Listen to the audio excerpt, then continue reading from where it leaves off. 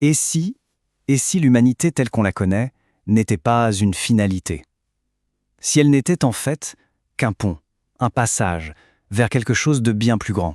Eh bien cette idée, aussi vertigineuse soit-elle, c'est justement celle que le philosophe Friedrich Nietzsche a explorée en 1883 dans une œuvre absolument monumentale.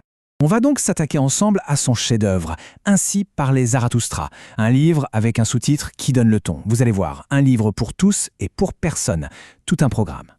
Alors l'histoire commence avec un personnage central, un prophète nommé Zarathustra. Il quitte sa caverne, son refuge, après une très longue absence. Il faut s'imaginer la scène.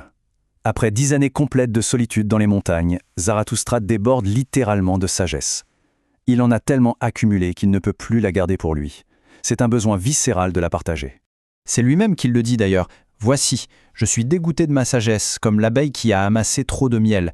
J'ai besoin de mains qui se tendent. » C'est une image puissante. Sa sagesse est devenue un poids, un trop-plein qui doit être déversé. Mais voilà, en redescendant de sa montagne, Zarathustra va faire une rencontre qui va le confronter à une réalité, disons, inattendue. Et ça va l'amener à l'une des phrases les plus célèbres et les plus mal comprises de toute la philosophie. Sur son chemin, dans la forêt, il croise un vieil ermite.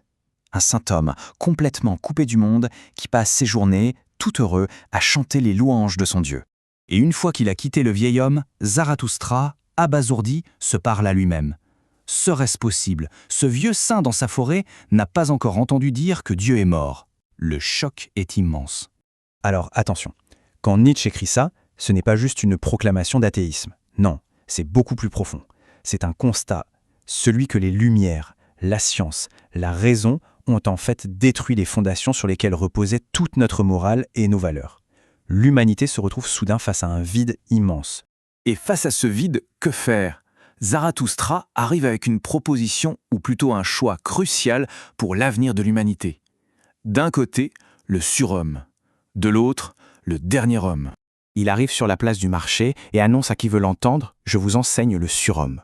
L'homme est quelque chose qui doit être surmonté. C'est un véritable appel à la transcendance, à devenir plus que ce que nous sommes.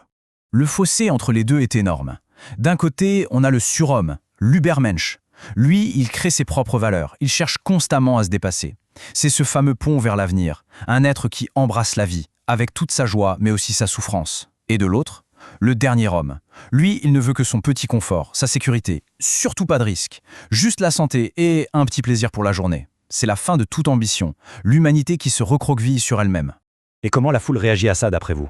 Eh bien, c'est un fiasco total. Les gens se moquent de son idéal bien trop exigeant. Ils lui crient « Donne-nous ce dernier homme, ô Zarathustra, et on te fera cadeau du surhomme. » L'ironie est cruelle.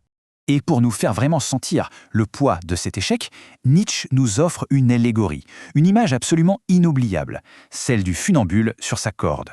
Pile au moment où Zarathustra parle, un danseur de corde s'élance sur un fil, tendu entre deux tours. Il devient, sous nos yeux, la métaphore vivante de ce voyage hyper dangereux de l'humanité, suspendu comme ça, au-dessus du vide. C'est Zarathustra qui le formule « L'homme est une corde tendue entre la bête et le surhomme, une corde sur l'abîme. » On comprend bien l'idée. Cette traversée est pleine de dangers, on est dans un état de transition totalement instable. Et la tragédie ne tarde pas. Un bouffon surgit, le bouscule et le funambule tombe vers une mort certaine. Et la foule? Eh bien la foule rit. Pour elle, ce n'est qu'un spectacle, une distraction. Ça montre bien à quel point elle est incapable de saisir la gravité du moment. Mais cet échec terrible, c'est aussi une illumination pour Zarathustra. Il comprend enfin son erreur. Son message n'est pas pour la masse, pour le troupeau, non. Il n'est pas un berger. Il doit être un guide pour d'autres esprits libres, des créateurs comme lui. Alors, il tourne le dos à la foule. Il trouve ses vrais compagnons, qui sont des symboles. L'aigle, pour l'orgueil et la fierté, et le serpent, pour la sagesse. C'est ici que sa véritable mission commence. Et cette nouvelle mission, elle prend la forme d'un chemin de transformation intérieure que Nietzsche appelle les 3 métamorphoses de l'esprit. Alors, comment ça marche? Il y a 3 grandes étapes. D'abord, l'esprit est comme un chameau. Il s'agenouille et porte le lourd fardeau des traditions, des devoirs, du fameux « tu dois ». Puis, dans le désert, ce chameau se transforme en lion. Le lion, lui, se bat contre le « tu dois » pour conquérir sa liberté. Il rugit « je veux ». Mais ce n'est pas la fin. Pour créer, le lion doit encore se transformer. Il doit devenir enfant.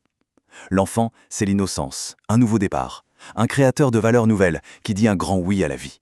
Pour pouvoir créer son propre monde, l'esprit doit donc passer par ces 3 phases, chameau, puis lion, et enfin enfant.